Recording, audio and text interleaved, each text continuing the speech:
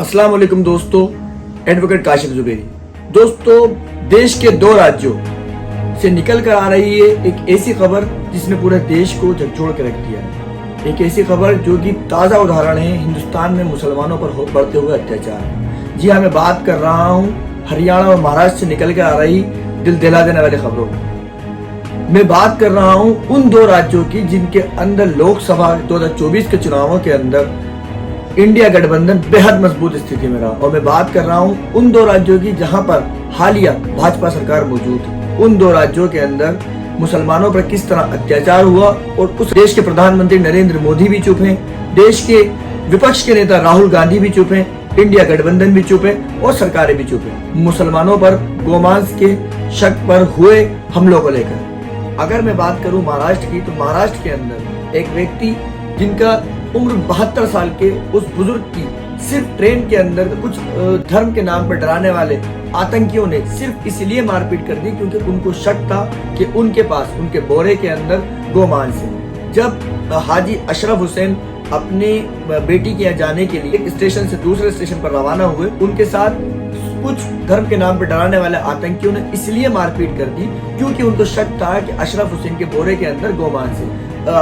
GPR की report के अनुसार पहले सीट को लेकर विवाद हुआ और जब हाजी अशरफ हुसैन ने सीट पर अपनी जगह ली तो उसके बाद उन युवकों ने उनके साथ मारपीट शुरू कर दी। सोचिए, 72 साल का एक व्यक्ति जो कि आपकी बाप की उम्र का हो सकता है, आपकी दादा की उम्र का हो सकता है, उनके साथ 22 से 25 और 30 साल के लड़के द्वारा मारपीट सिर्फ इसलिए की गई क्योंकि उनको शक था कि उनके पास गोमांस है। जब मीडिया के अंदर हाजी अशरफ हुसैन ने बताया कि उनके पास गोमांस नहीं था, उनके पास भैंस का मांस था, जब उन्होंने ये बात उन युवकों को बताई तब भी उन्होंने उनको स्टेशन पर नहीं उतरने दिया और ट्रेन रुकती है। हाजी अशरफ हुसैन उतर कर भागते हैं और पुलिस चौकी की तरफ जब वो जाते हैं तो वो युवक उनका वहां तक पीछा करते हैं और उनको धमकाते हैं कि इसकी रिपोर्ट दर्ज ना करें।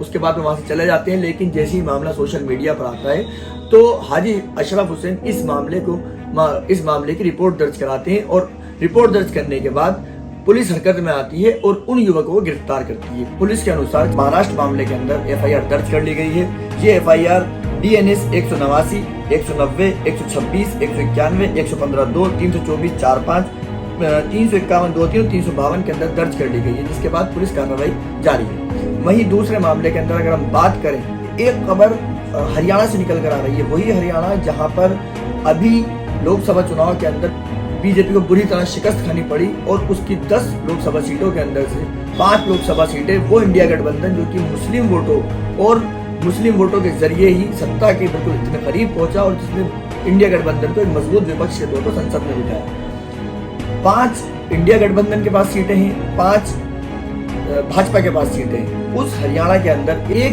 लड़का जिसकी उम्र 20 साल है और जो कूड़ा बीन कर, जो कि प्रवासी मजदूर है, जो कि बंगाल का मजदूर है और हरियाणा आकर कूड़ा कचरा बीन कर अपनी जिंदगी की 2 वक्त की रोटियां खा रहा है, अपने परिवार को पाल रहा है, अपने घर पर भेज रहा है। उस लड़के की, जिसका नाम साबिर मालिक है, उस लड़के की हत्या 4-5 लोगों ने, 4-5 लड़कों ने सिर्फ इसलिए कर दी क्योंकि उनको शक था। सिर्फ शक की बुनियाद पर एक मुसलमान को और मार दिया गया और वो हरियाणा की बात है जहां पर भारतीय जनता पार्टी जिसके की सरकार है और नरेंद्र मोदी के मुंह से अल्फाज नहीं निकला, देश का प्रधानमंत्री चुप बैठा हुआ है अभी तक। उस हरियाणा में साबिर मालिक नाम के 20 साल के व्यक्ति को सिर्फ इसलिए मार दिया जाता है क्योंकि कुछ लोगों को, कुछ लड़कों को शक होता है कि उसने अपने घर के अंदर गोमांस का सेवन किया है।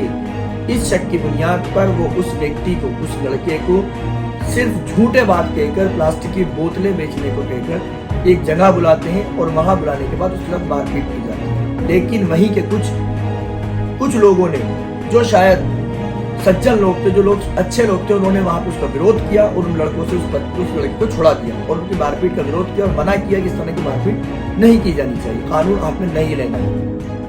उन व्यक्तियों ने इतनी नफरत के साबिर मालिक नाम के 20 साल के युवक जो कि अप्रवासी मजदूर है, जो कूड़ा कचरा बीन कर अपनी जिंदगी जी रहा है, उसको दूसरी जगह लेकर जाते हैं और वहां मारपीट करते हैं जिससे उसकी मौत हो जाती है। हालांकि इस मामले के अंदर भी पुलिस ने तुरंत कार्रवाई करते हुए 5 लड़कों को गिरफ्तार कर लिया है जिन पर कानूनी कार्रवाई चल रही है। लेकिन सोचने वाली बात यह है कि देश के अलग अलग हिस्सों के आए दिन मुसलमानों के साथ मॉब लिंचिंग की जा रही है, मुसलमानों को लेकर, मुसलमानों के धर्म को लेकर बयानबाजी की जा रही है। लेकिन पूरे देश की राजनीतिक पार्टियां, चाहे वो भारतीय जनता पार्टी हो, चाहे वो कांग्रेस हो, चाहे वो बसपा हो, चाहे वो सपा हो, चाहे बंगाल की ममता दीदी हो, चाहे नीतीश हो, चाहे राजद हो, चाहे लालू, सबके मुंह पर ताने लगे हुए, क्योंकि मरने वाला मुसलमान है। किसी को कोई फर्क नहीं पड़ता, सिर्फ मुसलमान का इस्तेमाल वोट के लिए किया जाता है।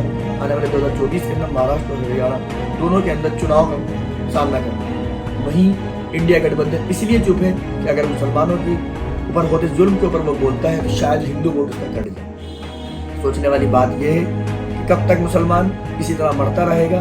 मुसलमानों के बड़े बड़े जितनी भी तंजीमें हैं वो भी शायद प्रधानमंत्री से मुलाकात, गृह मंत्री से मुलाकात, गृह मंत्री को लेटर, मुख्यमंत्री को लेटर, प्रधानमंत्री को लेटर खेल कर ही चुप रही हैं। मैं मुसलमानों की जितनी भी बड़ी तंजीमें हैं, जितनी भी बड़े मदरसे इस वक्त मौजूद हैं हिंदुस्तान के अंदर, जितने भी सियासी लीडर, जितने भी 23 से 24 सियासी लीडर संसद में मौजूद है, मैं उनसे गुजारिश करूंगा कि आप लोग इस वक्त मुसलमानों के साथ खड़े रहें। और मैं यहाँ अपील भी करूंगा कि कानूनी कार्रवाई पर यकीन रखिए। ये पूरा खेल इसलिए खेला जा रहा है कि आप लोग कानून के ऊपर यकीन न रखकर कुछ ऐसा काम करें जिसकी ये लोग चाहते हैं। मेरा आप लोगों से गुजारिश है कि जिस भी तरीके का ऐसी घटनाओं में विरोध कर सकते हैं, जितनी आपके पास ताकत है, जितने आपके पास असबाब है, उनसे इन ताकतों का मुकाबला करिए, उनका विरोध करिए, न्यायालय जाइए, कोर्ट जाइए। लेकिन इससे दरिंदों को, धर्म के नाम पर आतंक फैलाने वाले आतंकियों को सजा जरूर दी।